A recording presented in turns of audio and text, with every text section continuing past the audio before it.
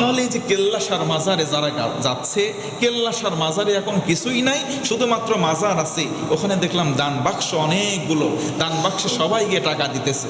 আমি চিন্তা করলাম এই টাকাগুলো পাবে কারা? যেই ব্যক্তি কেল্লাসার, মেনে নিলাম 1 মিনিটের জন্য আল্লাহর ওলি ছিলেন, মেনে নিলাম আল্লাহর ওলি ছিলেন, তিনি মারা গিয়েছে, তার কি কোনো কিছুর প্রয়োজন আছে আর আমাদের কাছ থেকে?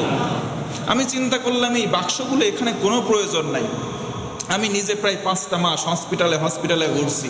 আমি চিন্তা করে দেখলাম অনেক মুমূর্ষ রোগী আছে যাদের চিকিৎসার ভার নেওয়ার মতো সক্ষমতা নাই, অর্থাৎ চিকিৎসা পাওয়ার দরকার কিন্তু অর্থের অভাবে অনেকে চিকিৎসা পায় না। আমি চিন্তা করলাম এই টাকাই মাজারে ওই মৃত ব্যক্তির দরকার নাই, এইগুলো জীবিত ব্যক্তির দরকার, কিন্তু মানুষ দেওয়ার দরকার কোথায় আর দিচ্ছে কোথায়? কথা বলেন ঠিক কিনা? এই যে এই মানুষগুলোর ভিতরে এমন কতিপয় মানুষ আছে। আচ্ছা, যে স্মোকিং বা সিগারেট খাওয়া, এটা যে স্বাস্থ্যের জন্য হানিকর বা ক্ষতিকর, আমরা কয়জন না জানি? সবাই জানি কিনা? আওয়াজ হবে না, কারণ কি? যাদের আওয়াজ বের হবে না তারা ওইটার সঙ্গে সম্পৃক্ত আছেন। বাসা থেকে টানটুন মেরে সুন্দর করে মিসওয়াক করে ব্রাশ করে নামাজ পড়তে এসেছেন। আল্লাহ পাক যেন তাদেরকে ধূমপান মুক্ত একটা জীবন দান করেন।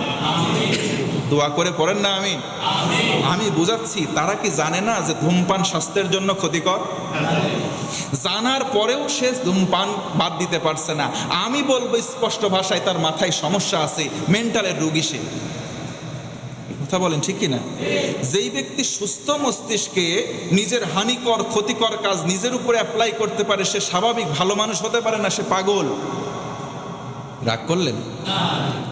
রাগ করলেন আপনারা? তাহলে সুস্থ স্বাভাবিক মস্তিষ্কে একটা স্বাভাবিক জ্ঞানের মানুষ নিজেকে ক্ষতি করতে পারে না। আর যেই ব্যক্তি নিজেকে জেনে শুনে ক্ষতি করছে, আমি তাকে ভালো মানুষ বলবো না, সে পাগল ছাড়া কিছুই না। আপনি রাগ করেন না ভাই, 2টা পা দেন, আমি 2টা হাত প্রসারিত করে আপনার পায়ে হাত দিয়ে বলছি ধূমপান ছেড়ে দেন, এটা আপনার ক্ষতির কারণ হচ্ছে। ছেড়ে দেবো তো ইনশাআল্লাহ। তাহলে কেল্লাসার মাজার থেকে আমি এটা বুঝলাম যে যেখানে সেখানে শুধু কেল্লা, লা ইলাহা ইল্লাল্লাহর জিকির, ওই জায়গায় দেখলাম মনের পর মন শুধু গাঁজা খাচ্ছে মানুষ। আপনি হাসেন আর যাই করেন, আপনি অন্তত পক্ষে অনলাইনের যুগ, টেলিভিশনের খবর বা গণমাধ্যমে বিভিন্ন মাধ্যমে দেখতে পারবেন কেল্লাসার মাজার আছে, ওখানে মানুষগুলো যাচ্ছে ইলাহের ইবাদত নয়, বরং ওখানে বাবার ইবাদত, কবরের ইবাদত আর গাছের ইবাদতে মানুষগুলো মত্ত আছে। আমি যে কথা বোঝাচ্ছি, এই ইলাহ দ্বারা, আল্লাহু লা ইলাহা ইল্লাহু, এই ইলাহ দ্বারা কেবলমাত্র আল্লাহকে বোঝায়। জোরে আওয়াজ করে সুবহানাল্লাহ। তার মানে ইলাহ দ্বারা আল্লাহ উদ্দেশ্য, আর ইবাদত পাওয়ার মালিক একমাত্র আমাদের ইলাহ। ও মুসলমান ভাইয়েরা, বুঝে থাকলে এবার বলেন আমাদের ইলাহকে। তাহলে আল্লাহ বাদে কারো ইবাদত আমরা করব?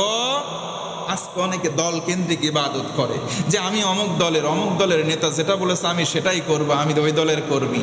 আপনার দলের নেতা যদি ভুল করে, আপনি ভুল ধরার অধিকার রাখেন। আমি আপনাদের ইমাম সাহেব, খতিব সাহেব নামাজ পড়াবো, নামাজের মধ্যে যদি আমি 1 রাকাত পরে বৈঠকে বসে যাই, আপনারা কি করবেন? পিছন থেকে লুকমা দেবেন। কি দেবেন? দিবেন কি না?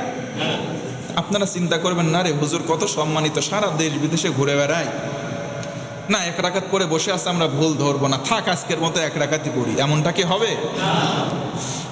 তার মানে আমি আপনাদের যতই মহাব্বতের হই, যতই পেয়ারা হই, যতই ভালোবাসার হই, যতই কাছের হই, 1 রাকাত 2 রাকাতের নামাজ 1 রাকাত পরে বসে পড়লে যেমন আপনারা লুকমা দিয়ে দাঁড় করাবেন, তেমনি ভাবে এখান থেকে শিক্ষা নেন।